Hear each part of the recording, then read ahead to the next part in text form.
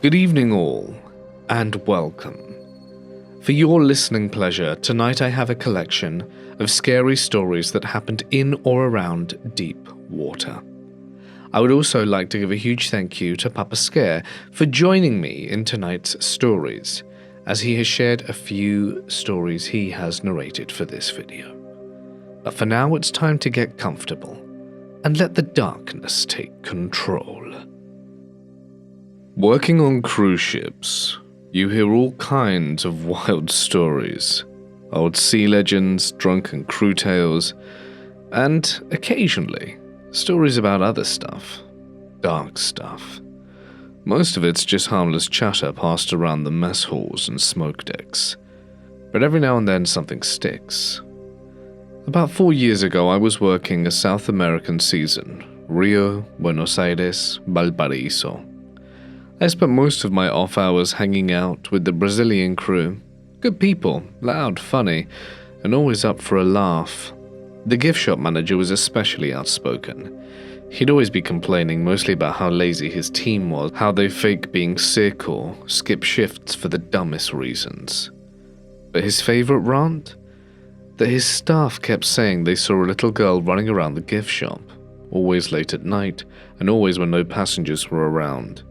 He'd laugh it off, say they were just trying to get out of work. "They're scared of a damn ghost child now?" he said once, rolling his eyes. "Ridículo." One night, a group of us, him, me, and the head of photography, were sitting in the back of the staff cafe drinking a cheap machine coffee. It was just after midnight. The ship was gently rocking as we cut through the dark water. The gift shop manager was especially wound up, fuming about how he was going to have to cover for two of his team again. "Lazy cowards," he kept saying, making up ghost stories like children. A few hours later, my cabin rings. It's the photo manager, and she sounds rattled. "Can I come to your room?" she asks. "Now?" "He's here, and something happened." I thought maybe someone had gotten bad news from home, perhaps a death in the family. So I rushed over, but when I stepped into her cabin, I found him there, the same bolsterous, tough-as-nail guy huddled on the edge of her bed, shoulders shaking, his face pale as a sheet. He was crying. After a few minutes, he told me what happened. He'd been working alone in the small back office tucked just behind the clothing section of the gift shop. His room itself faced a long mirror that ran almost the full length of the outer wall. He said it started with a soft giggling sound. At first, he thought maybe someone's kid had gotten into the shop, but it was past midnight, and the entire deck was closed and sealed off. The only people who would be around were crew sneaking food or guests gambling in the casino. He looked up, and that's when he saw her in the mirror. A tiny shadow barely the height of the counter peeking around the edge of the open office door, only visible in the reflection, like she was leaning around to watch him, half curious, half playing a game. He turned around, but there was nothing. But in the mirror she was still there. He said his blood turned to ice, and every hair on his body stood on end. At first he couldn't move, he just locked eyes with her in the glass. Then she laughed and vanished out of sight. He bolted and ran full speed out of the shop, all the way to the crew's stairwell, and didn't stop until he found the photo manager and begged her to let him stay in her room. He swore he'd seen something that didn't belong on this ship anymore. I didn't know what to say. He wasn't the type of person to make things up, and I'd never seen him like that, cracked open, terrified and broken. The next day, I brought it up to my boss, half joking and half expecting her to roll her eyes. But to my surprise, she didn't laugh. She just looked at me, her face suddenly serious, and said, "You don't know the story." Apparently, 2 decades ago, a little girl had been on board with her parents. They'd just finished a family show in the theater and were heading back to their room. The girl was running ahead, excited and laughing like kids do, when she slipped away near the gift shop too fast for her parents to catch. She ran through the shop, into the casino and then towards the atrium. The atrium is a massive open space within the center of the ship, lined with glass elevators, and it stretches from deck 12 all the way to deck 5, a long, vertical drop surrounded by shiny chrome rails and hanging lights. The little girl leaned over the railing, a bit too far, and fell. They say her neck snapped instantly when she hit the marble floor below, and apparently she never left. Crew over the years have said the same thing. They hear giggles, see shadows, items are moved, that they catch fleeting glimpses of a little girl just out of sight. Some even claimed they'd seen the elevators move on their own in the middle of the night, always stopping at deck 7, right where she took her last steps while being alive. I still don't know what to make of it. I'm not a superstitious person, and I've worked dozens of ships and heard many ghost stories. But after seeing him that night, I believed him, and I believe she's still there. This terrifying account comes from the journals of Robert Dale Owens, who swore truth by it, and it's one of the eeriest sea legends ever recorded. In 1828, Robert Bruce, a rugged first mate from Torbay, England, was aboard a merchant ship heading west across the Atlantic. The crew had been at sea for nearly 6 weeks, and the air had grown sharp and cold as they approached the icy waters near Newfoundland. At noon one bleak day, Bruce and the captain took their sun measurements and descended into the cramped, breaking belly of the ship to calculate their position. The captain vanished into his cabin, while Bruce, hunched over a desk in his tiny stateroom, focused on his logroom. Frustrated by a miscalculation, Bruce called out, "I've got our longitude and latitude. Does this match yours?" He called out again but received no answer. Turning his head slightly, Bruce saw who he assumed to be the captain sitting at the main desk in the adjacent cabin. But as he glanced, his breath caught in his throat. The man wasn't the captain. He wasn't anyone Bruce had ever seen. The stranger sat perfectly still in the captain's chair, calmly scribbling on a slate with his head slightly tilted down. Then, without a word, he slowly raised his eyes and stared directly into Bruce's. His expression was blank. Bruce felt a chill seize his entire body, and he backed away in a panic as he bolted up the stairs, slamming into daylight. The crew turned to stare as he emerged, pale and shaken, and the captain rushed over and asked what happened. "There's someone down there in your chair, a man I've never seen." "Bruce, that's impossible." But determined to prove it, they stormed back into the cabin together, which was empty, and every door remained locked, and after a complete search there was no trace of the person. Then Bruce spotted the slate on the desk, and clearly written in chilling block letters were the following words: "Steer to the northwest." The captain demanded every crew write a phase for comparison, but none matched the eerie, unnatural handwriting. Uneasy but unable to explain it, the captain ordered a course and changed towards the northwest. Hours later, the lookout screamed iceberg and a ship. They spotted a frozen, shattered wreck lodged in the ice. It was a Quebec ship bound for Liverpool, trapped for weeks. Her passengers were half dead, starving, frozen, and hopeless. As the rescue began, Bruce froze midship. One of the survivors climbing aboard was him, the man from the captain's chair. The same face, the same stare, and Bruce felt the blood drain from his body. Later, the captain handed the man the slate. "Write something for me, anything. How about steer to the northwest?" The man complied, smiling nervously. Then the captain turned the slate over. "Did you write this too?" The man stared at the ghostly message. "That's not mine, I only wrote on one side." "You sure?" "Yeah, what the hell is this?" Bruce stepped forward, voice shaking. "I saw you hours ago on the ship, sitting right there, writing that exact thing." The man turned white. He admitted he had fallen into a dreamlike sleep aboard the ice-locked ship, around the time that Bruce had seen the apparition. In his dream, he'd been on another ship. This one, he even described its layout perfectly before ever setting foot on it. The man had woken suddenly and told the others that help was coming. They thought he was delirious. But the writing on the slate, the course correction, had saved them all. No one ever figured out how the stranger's face appeared to be Bruce, or how the message ended upon the slate. Neither Bruce nor the man ever fully recovered from what they experienced, and to this day sailors will sometimes share the story of what happened. This happened to me a few years ago, and it wasn't until today that I realized I may have been in some sort of danger. My husband and I were camping with two friends in a pretty remote area, deep in the mountains on the shore of a small lake. Our first morning there, I decided to paddleboard to the other side of the lake. One thing about me, I have submechanophobia, which is a fear of submerged objects in water. It doesn't affect me too badly. I love the water. But I get the heebie-jeebies when I see sunken boats, large fallen trees, massive boulders in the water, stuff like that. It's worse when I'm alone. I do pretty okay when other people are with me, and it has to be a large clear body of water.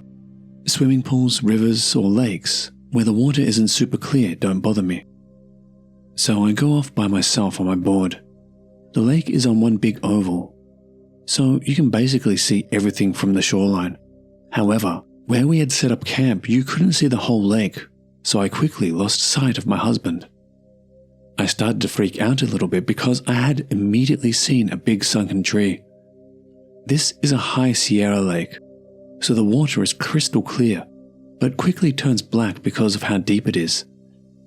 I told myself I was being silly and needed to get over my dumb phobia. I didn't really see anything else, but I decided to stay close to the shore because usually that makes me feel better. But this lake doesn't really have a typical shore. It's all granite rock that just quickly and steeply drops into the water.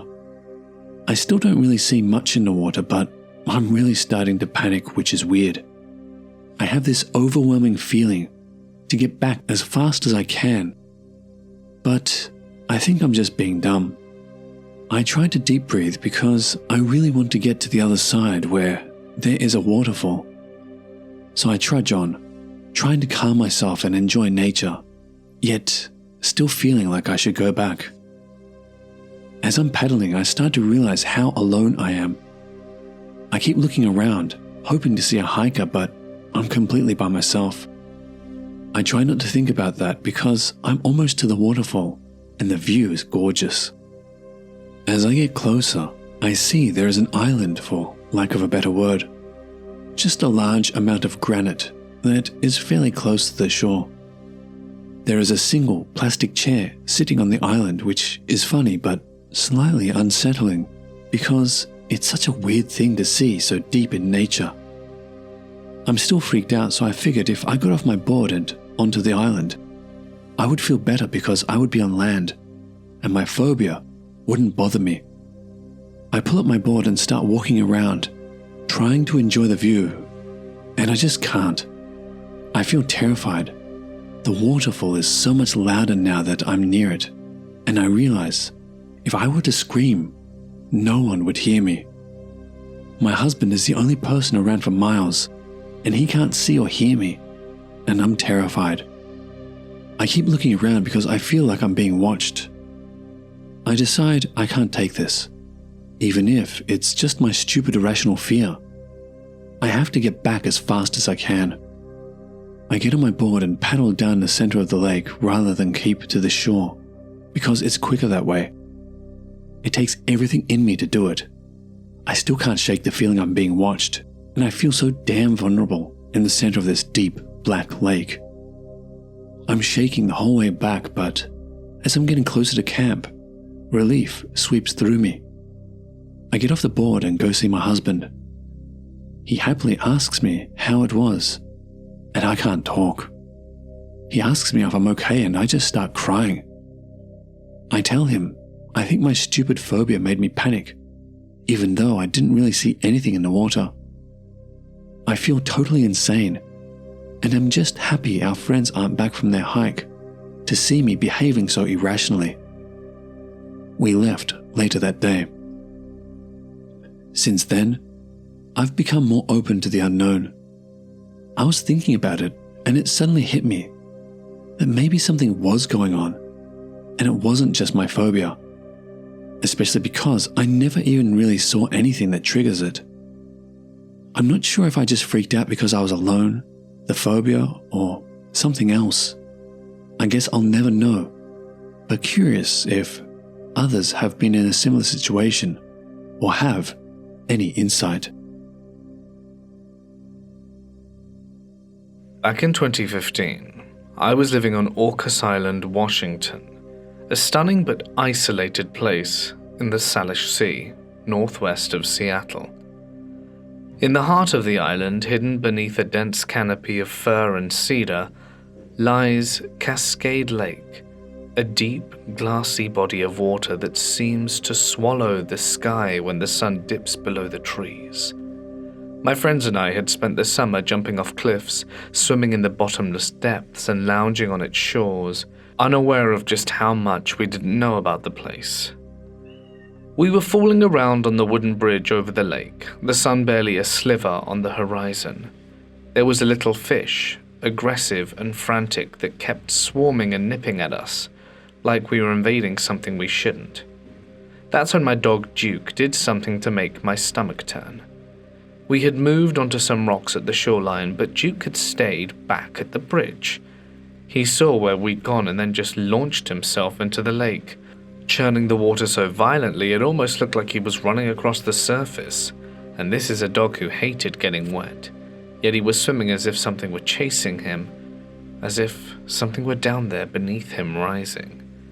When he finally pulled himself onto the rocks, he was shaking, not from cold, but from fear. A friend pointed out a strange, gnarled root ball sticking out further down the shoreline. He commented that it looked like a dragon head. I walked closer, stepping carefully along the uneven rocks, and sure enough, the way the roots twisted, it did look like a dragon, horns and a long snout, with deep grooves that could have been ancient eyes. I was about to turn away when I felt something. A primal, stomach-sinking sensation like something had just locked its gaze on me. I turned around. 5 feet from me, floating in the water, was a log that hadn't been there before. Only, it wasn't a log. It was alive. Its surface was slick, covered in dark moss that made it blend into the water. But as I stared, the illusion broke. Beneath the disguise, I saw a long, scaly snout, reptilian eyes, something like ears or fins pressed back against the skull, and it was studying me. For one horrifying moment, neither of us moved. My heart pounded so hard I thought I might pass out. Then Duke and Cookie saw it. They exploded into frantic barking, charging the water, their bodies tensed in pure terror. But the thing didn't flinch. It was still. I don't remember backing away. I just remember running, my dogs at my heels, breath tearing through my lungs. When we got back, it was gone. The next day, I asked an old friend from Bellingham if he'd ever heard of water dragons. As a joke, I thought it was just superstition. He didn't even hesitate. He said, dead serious, we had to tie up goats near the lake to keep them away. I laughed, and he didn't. Then I remembered something else.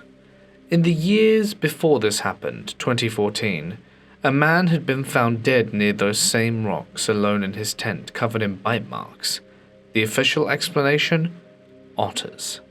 There are no natural predators on Orcas Islands, no wolves, no bears, just the water, and what's beneath it. Months later, my then girlfriend, who had grown up on the island, told me something offhandedly.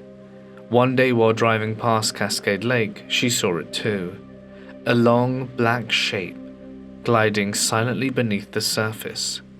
There are rumors that these lakes connect to the sea through underground tunnels, and they're deep, deeper than anyone knows, and that sometimes something moves through them. I never swam in Cascade Lake again. After reading a few posts on here, I've decided to add one of the creepier, still unexplained events that happened to me and a group of friends within the past 5 years. Thinking back on it, I still get this unnerved, bad feeling that sort of lingers. Anyway, here it goes.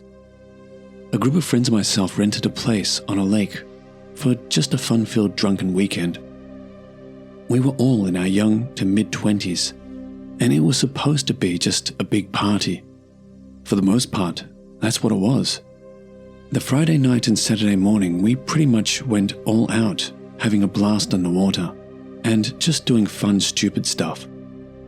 Well, naturally, when Saturday afternoon rolled around, we were all so dead from going all out, we decided it would be a night of no drinking, or maybe a little weed smoking by some of us, and just kind of having a chill evening and night.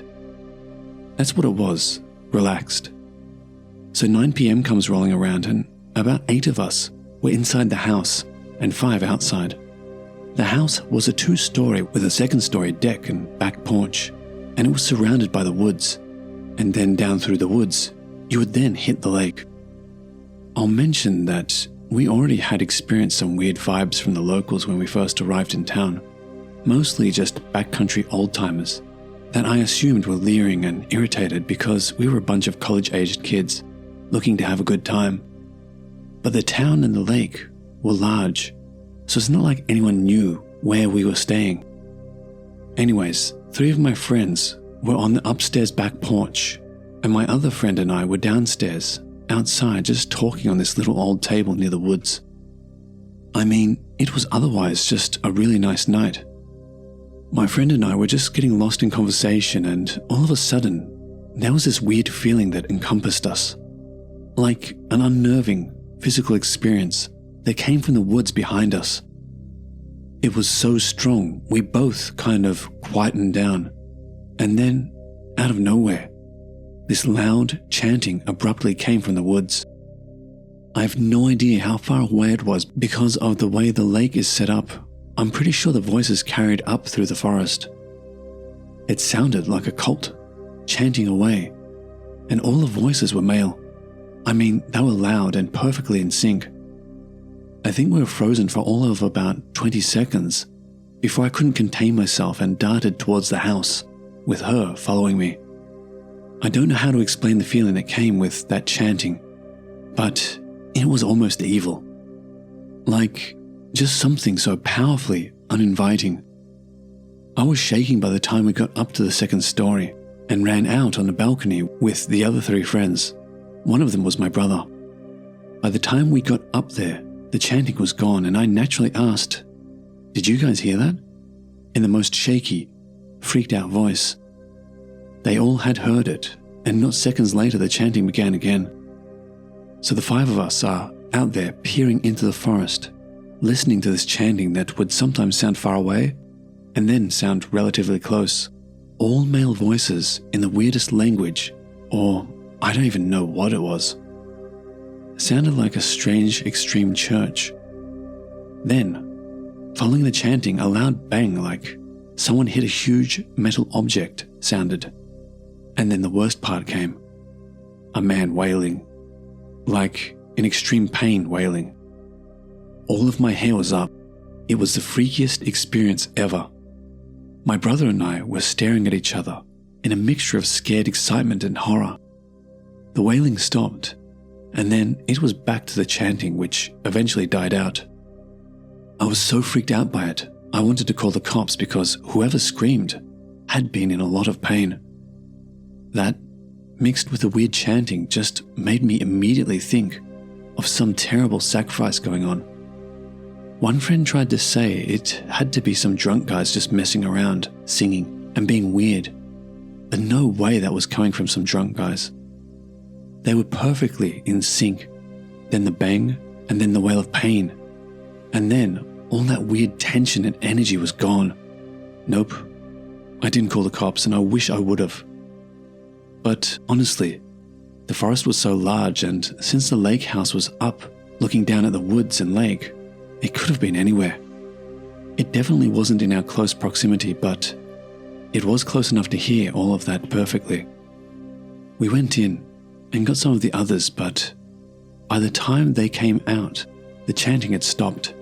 Someone wanted to go explore and find where it had been coming from, but obviously that was a stupid idea. After that, I was so ready to go home. I can't explain the relief of driving away from there the next morning. Even now, it gives me the worst feeling. Whatever it was, it felt so wrong and evil. I'll never forget that moment.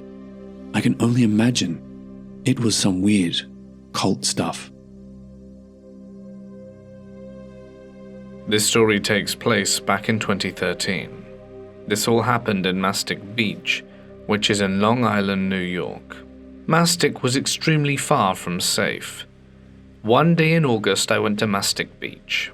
Now this beach is extremely filthy and has rarely ever been cleaned. It was the closest beach from where we lived.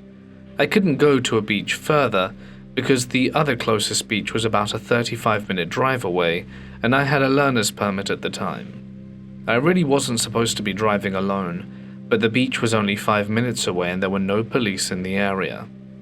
I arrived at the beach. I saw there were no cars in sight, so I took a chair, towel and handbag out of my car and placed it in the sand.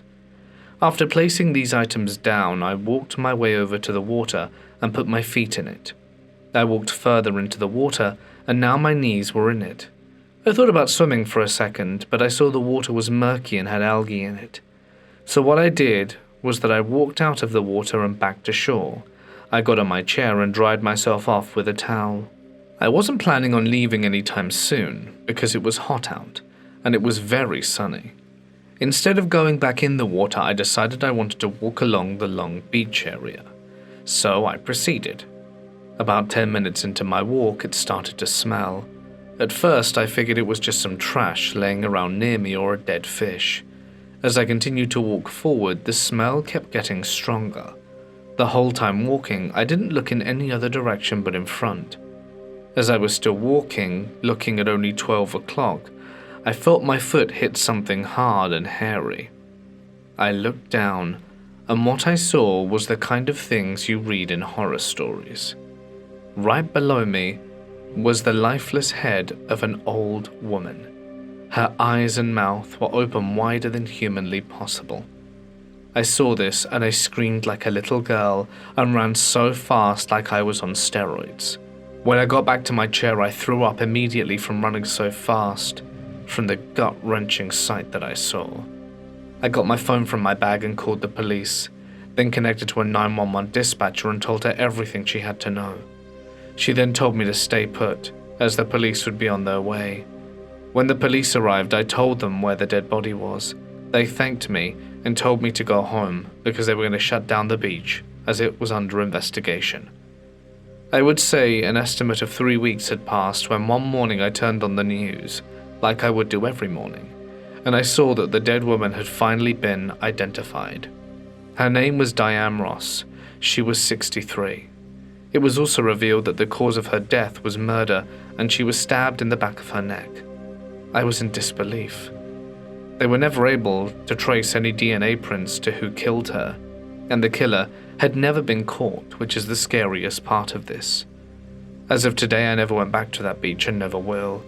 I also moved to a different and more wealthy town in Long Island that is far safer, where the crime rate is very low. And although this was 11 years ago, it still feels like yesterday, as time flies by fast. A few years ago in northern parts of Sweden, I was going out for a nice evening of fishing. I am what I guess is called a fishing supervisor. I check that the other fishermen have their licenses at certain areas of lakes and streams. This is in the late summer, and I've been doing my round, which I usually end with going to a small lake and fly fish for some trout. This lake or pond is pretty deep in the forest, and I rarely meet anyone there. Actually, I've never met anyone there. The lake looks kind of like a crater, a perfect round circle that is perhaps 100 meters in diameter. It contains a natural population of perch and trout. It is a warm summer evening, with a slight breeze. The birds are chirping and the fish are rising to all the insects spawning on the surface. I rig my gear and aim for one of the fish rising to the right of me. The same second as my fly lands on the surface, it is like someone pauses time. The sun hides behind a cloud. The wind stops blowing. The birds are suddenly silent and the fish stop eating.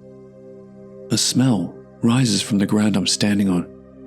It smells like something dead, something rotten. Like I have a carcass buried under my feet. All of a sudden, I am aware that there is something walking out of the forest behind me, maybe 10 to 15 meters back. It is like I can see it in the corner of my eye, but I still really can't see it. Every hair on my body is on end, and it is suddenly very cold around me. The thing watching me just stands there, and I don't have the courage to turn around at all. I see my fly sink to the bottom, but I can't move. I can't do anything about it because I don't dare to move. Then the wind hits me, and it carries the awful smell away. The sun comes out again. A bird is singing somewhere in the forest, and the almost overtaking feeling of being watched lets go of me. I turn around and there is nothing there. On the lake, the fish start rising again. I pack my gear and throw the backpack on my back and run for it, through the forest to my car. I hit the gas and drive like a maniac until I find a big road and civilization again. I park at the side of the road, and I say to myself, what the hell was that? My heart is still racing. I haven't been to this lake since this happened, and I don't know anyone else who has either. What do you guys think it was? I've probably visited this place 20 times before this happened, and never felt anything like it. The only thing is that I'm always afraid of bears when visiting it. I do fish at a lot of ponds and lakes that are pretty deep in the forest. There's always a lot of wildlife in these places. Deers, moose, fox, and the occasional wolf, bobcat and bear. I'm never afraid of meeting one except when I've been at this particular lake. This is my mother's story. I've done my best to adapt her words, though even now, my father refuses to talk about it. He gets visibly uncomfortable if anyone brings it up, his expression tightening, his hands gripping whatever's in front of him like he's bracing for something to return. It happened around 20 years ago. My parents had taken a trip to a tropical beach town, staying at a modest hotel with a small camping area out back. That night the beach wasn't empty. People were scattered along the sand, silhouettes faint in the dim light, talking in low voices, some laughing, some just staring at the sea.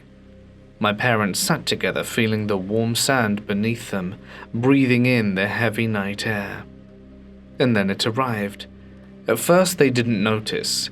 It had been standing near the water, barely distinguishable from the shadows, but it moved in a way that was wrong. The figure was tall, unnaturally so, and wrapped in a long black overcoat that billowed slightly. Despite the absence of wind, the way it walked wasn't smooth.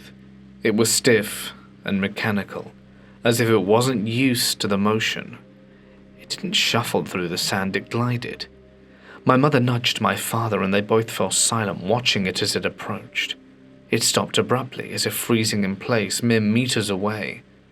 At that distance they could make out even more details, or rather, lack thereof.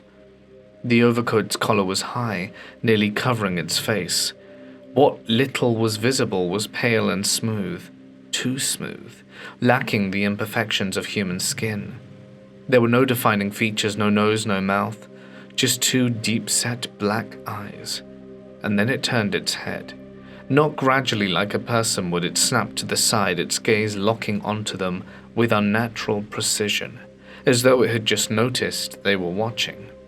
My mother felt something tighten in her chest. It was looking at them but not seeing them, not like a person would. It felt like it was reading them, dissecting them. She wanted to speak, to ask who it was, what it was doing there. before she could, it turned away and slid forwards. Not walked, not ran, slid. The thing didn't seem to touch the ground. It moved with an eerie, fluid speed, gliding towards the water without a single misstep. The coat swayed, but they still couldn't see its feet, if it even had any. And then the same unnatural smoothness. It reached the water's edge and kept going. It didn't wade in, it didn't sink. It floated over the waves, picking up speed, vanishing into the blackness of the ocean. My father, a staunch atheist and skeptic, sat frozen beside my mother. Then something in him snapped. Without thinking, he bolted up and ran after it. My mother shouted for him to stop, panic rising in her throat. She watched as he sprinted towards the shore, chasing after the impossible as if trying to force it to be something real, something rational. But by the time he reached the water, it was gone. He stood there panting, staring into the endless dark. He stayed like that for a long time, fists clenched, shoulders heaving as if waiting for something to come back. Eventually he turned around and walked back, his face ashen, his lips pressed into a tight, colourless line. He never spoke of it again. My mothers looked at the others on the beach, expecting them to be just as shaken. But no one else seemed to notice. The conversations continued, the laughter, the idle chatter. It was as if the thing had only wanted them to see it. And they did. But they never should have. This is a true story that contains an old wives' tale from my gran, so it is exactly what it sounds like, and the truth of its accuracy is subjective to what the reader believes. The parts about my mum, Elle, and I are 100% true. We were about 8 or 9 the day Mum took Elle and I over the heath. It was a hot and bright day in the middle of the summer holidays. We had been collecting natural materials to make a collage when we got home, and Mum's rucksack was full of stray feathers, wild grasses, leaves and twigs, and we were on our way home where Gran was making a cheese flan and salad for dinner. As we were all very hot and slightly tired, Mum had decided that we would wade through the river instead of going back over the hills the way we had come. The thought of pushing my tiny wheelchair through the muddy-bottomed, weed-tangled river never seemed to faze my mum. She was a healthy, fit 26-year-old and knew the heath like the back of her hand. The river wasn't very deep at that part, so Mum tipped my wheelchair back, told Elle to hold onto the handle, and we went in. The water immediately soaked our clothes through, and Elle and I started to scream, giggle, and splash each other in sheer delight. Then we saw them, weeds, flowing with the current of the river, swaying back and forth like a woman's long, tangled, unkempt hair. And I got the distinct impression that what we saw could have been either thing. I glanced at Elle and instantly knew that she was having the same uncanny notion.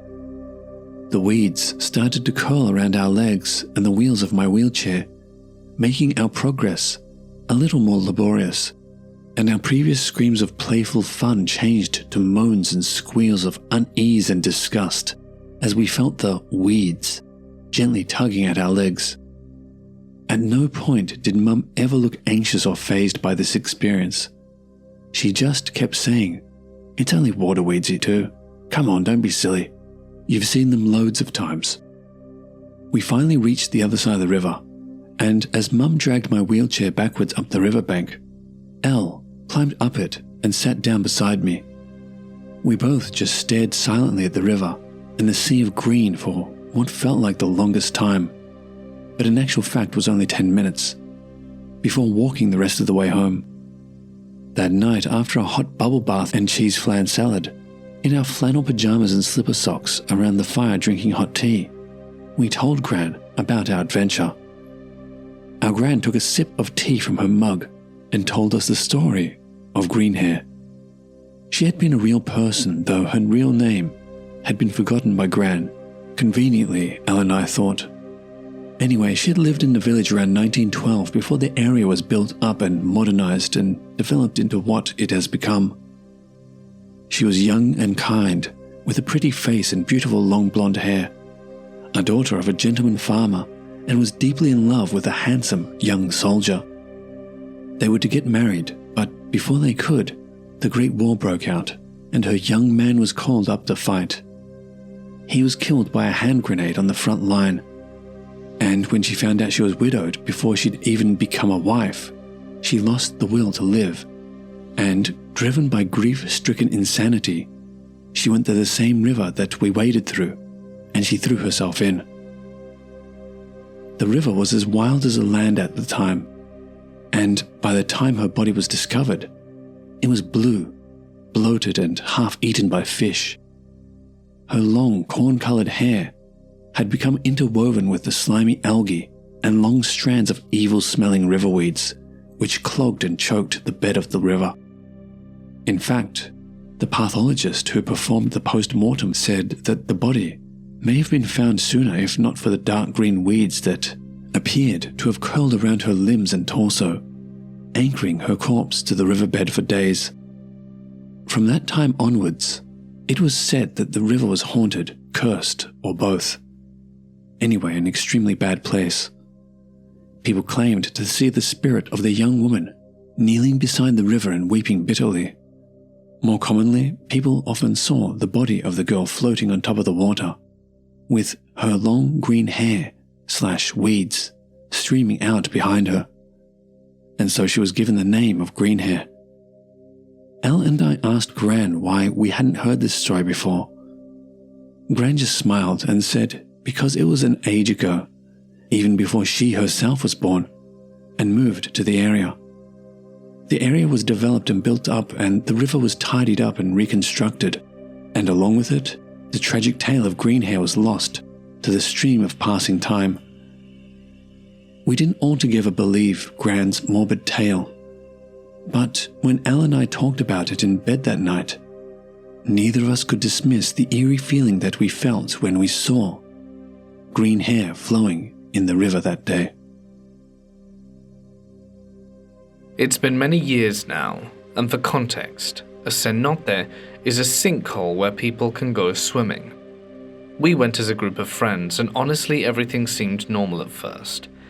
The cenote was beautiful, like something out of a travel magazine. The water was crystal clear, and the sunlight filtered through the trees, making the surface sparkle. I couldn't really swim, so I decided to sit on this large rock near the edge of the water. It was warm and a little rough, but it felt safe. One of my friends sat next to me, since she wasn't much of a swimmer either. We just hung out there chatting and watching the others have fun in the water. At first, I thought I felt something touch my foot. It wasn't soft, but it wasn't rough either. I yanked my leg back immediately and looked around, but the water was calm with no sign of anything. I shrugged it off, thinking maybe I imagined it, or a fish brushed by. A few minutes later, my friend screamed. I turned just in time to see her sliding off the rock into the water. She grabbed me as she went down, instinctively clutching my arm for dear life, and that's when I felt it. Something was pulling both of us down. I swear there were hands, not one but several of them, tugging at our legs and dragging us towards the center of the cenote. I couldn't see what was happening, but I could feel it, sharp bony fingers gripping and pulling. The water suddenly felt deeper, darker and colder. I couldn't breathe, neither could she. She was thrashing and I was trying to hold on to her while figuring out how to get my head above water, but it was like something was sucking us down into a whirlpool, and I thought I was going to pass out. Finally, our friend noticed and rushed over, and I remember feeling them grab me, but it wasn't easy. They were struggling to pull us up. They later told me they felt it too. Something was fighting back, pulling us the other way. Somehow, they got us out. My friend was spluttering and barely conscious, and I was shaking so hard I could barely speak. I felt like my lungs were on fire. Then I sat on the edge of the cenote, soaking wet and scared out of my mind, while they just tried to make sense of what had happened. Even now, some 14 years later, I still don't know what to make of it. Some people say the cenotes are mystical, and they're connected to something bigger or darker. I don't know if that's true. but I'm definitely never going near one again, and never went swimming after that. This happened when I was in Hyderabad. Some of my friends thought of having a party in an open space, so we're thinking of going to this place called Osman Sagar. It's nearby to Gandapet. I said okay because the place is a huge lake, and I have visited that place like 2 years back. So we all started the journey from our place, and we're driving to the lake. We started at around 10:30, and we kept the drinks in a cooler box. There was a lot of drizzling while we were going, but as soon as we reached there, the sky completely cleared up, and there was a dazzling view of 1,000,000 stars, like they were looking upon us. We stopped on the bridge of Osman Sagar, but there were grills placed which were not there before when I visited 2 years back. Also, there were police patrolling. So we thought it's better we go to the backside. So we went to the backside, which was full of bushes and trees. We were sitting on the car, only opened our car doors there, just chilling out, smoking. It was almost midnight, so I thought we will start the drinks. But just then, we heard a huge splash. We all stopped in our tracks, and we were like, what the hell? Because we were on the other side of the lake, and there was nothing that tall to make a huge splash sound like that. Then we all got down from our car and walked towards the shore of the lake, and were looking towards the bridge. There was this figure, glowing in white. The bridge was at least 550 meters away, but we were clearly able to see the spirit for some reason. The figure just passed through the grills and jumped into the water with a huge cry, which sounded like a lady, and we all could hear it. It fell into the water with a huge splash. My friends were all freaked out and started running towards the car, but I was walking towards the water. I was in a trance. One of my friends held my hand and started dragging me towards the car, and I was still trying to go towards the lake. Another friend slapped me and I snapped out of it. We all got into the car, and the driver started reversing it. I looked at the bridge. The white figure was standing again on the bridge and jumped again with a cry, and again there was a splash. We drove away and got on the outer ring road, and then we started having drinks and talking about it. My friend asked me what happened, and I said I heard something was calling out for help. My friends never took me back there again. I understand it was a residual haunting, which is like residual entities that do not have a sense of what's happening around them, but they just keep happening again and again. Later, when I surfed the net, I came to know that this lake has been a suicide spot for many. However, what I don't understand is how it was able to call out to me, and more importantly, how I was the only one who could hear the calling out. It is still a mystery to me. It was a blistering summer afternoon in the early 2000s, the kind where the heat shimmered off the pavement and the air smelt like sunscreen and salt. We were at the beach. It was packed. Colourful towels, dripping ice cream cones, and kids screaming. My 6-year-old cousin and me at 10 were on the shoreline, kneeling in wet sand, sculpting a sandcastle. The tide licked our feet, the water warm and familiar. Our parents sat a short distance away, sunbathing and chatting, trusting that we were safe as we were still in sight. Or at least that's what we thought. I don't remember seeing the couple walk up. One second it was just me and my cousin, and the next they were there. A man and young woman, maybe in their early 20s. They knelt down beside us. The man had shaggy brown hair, long jeans that would darken at the hems from seawater, and the woman had sunglasses so big I couldn't even see her eyes. But she smiled an awful lot. "Wow, what a cool sandcastle," the man said in a smooth voice. "Did you guys make this by yourselves?" My cousin nodded excitedly. I stared. Something about them made my stomach turn. Their clothes were mostly dry. Their skin wasn't sunburnt or sandy like everyone else's. They didn't have towels or beach bags or anything there that said they were here to swim. They weren't here for the beach. They were clearly there for some other reason. Then the woman crouched lower. You guys are about the same age as our kids. A boy just like you, 10? And a little girl like you, 6. We hadn't told them our ages. A wave crashed beside us, and even though we were surrounded by hundreds of people, it felt like we were alone. You should come with us. It wasn't a question. I went rigid. My cousin obviously just kept packing wet sand into a mold, but I knew I had to run. I swallowed hard and said, I'll be right back. And then I turned and ran, until I reached my parents. When I told them what happened, my aunt's face changed, and she took off running towards the water where my cousin was. When she got there, the couple were gone, vanished. Just my cousin still playing by the castle, patting the walls in place, completely unaware of how close she had been to disappearing forever. I know I shouldn't have left her alone. I know I should have grabbed her hand and pulled her with me, but I was 10, and I thought she was still safe. I'm 32 now, and sometimes I wonder what would have happened to me if I'd have agreed to go with them. Would we have ever been seen again, or even been here at all? Have you ever heard of Changcheng High School's beautiful and picturesque lake? Oh yeah, it is indeed famous, but underneath it was a tunnel, which led to a room, and during the Japanese occupation, it was the torture room. And until today, though the tunnel was destroyed, you may still see the big hole in the lake at night, when the water is clear, when the fountains are closed. I saw it during my NPCC camp in school. It was a terrifying view. I seemed to hear faint groans and eerie laughter in the still night from the clear lake.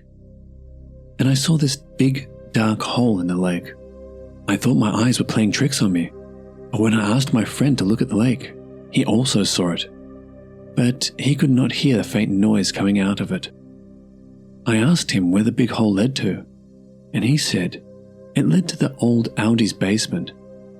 And that basement was locked and had chains and locks on the door. When we went back to our rooms, our classrooms, we saw an old attendant, and we normally call him Uncle Lee. He was currently the oldest attendant serving for the school, and we had heard lots of stories from him. We related to him of our experience, and he said, I sometimes also see the hole, and I went to the old Audi's basement to take a look, and I heard the groans more clearly. We were in awe by his courage, and asked him if he had ever seen ghosts before. He said, a few years ago, when students like you all camp in school, I had to look after you all, and that time I was not so brave, but I tried to explore with them the old Audi. Then, he said with a laugh, it was terrible, and the smile from his face faded. After that, he went back to his room and told us not to think too much and go to sleep. Hey guys, it's Mort here, and thank you so much for listening. I hope you have enjoyed tonight's selection of stories. If of course you have, you can let me know down below. And I would like to give a huge thank you again to Papa Scare for joining me. If you would like to hear more from him, you can follow the links on screen now to do just that. But that's it from me. A huge final thanks as always to my members and patrons whose names can be seen on screen. Stay awesome, and I'll see you in the next one. Good night.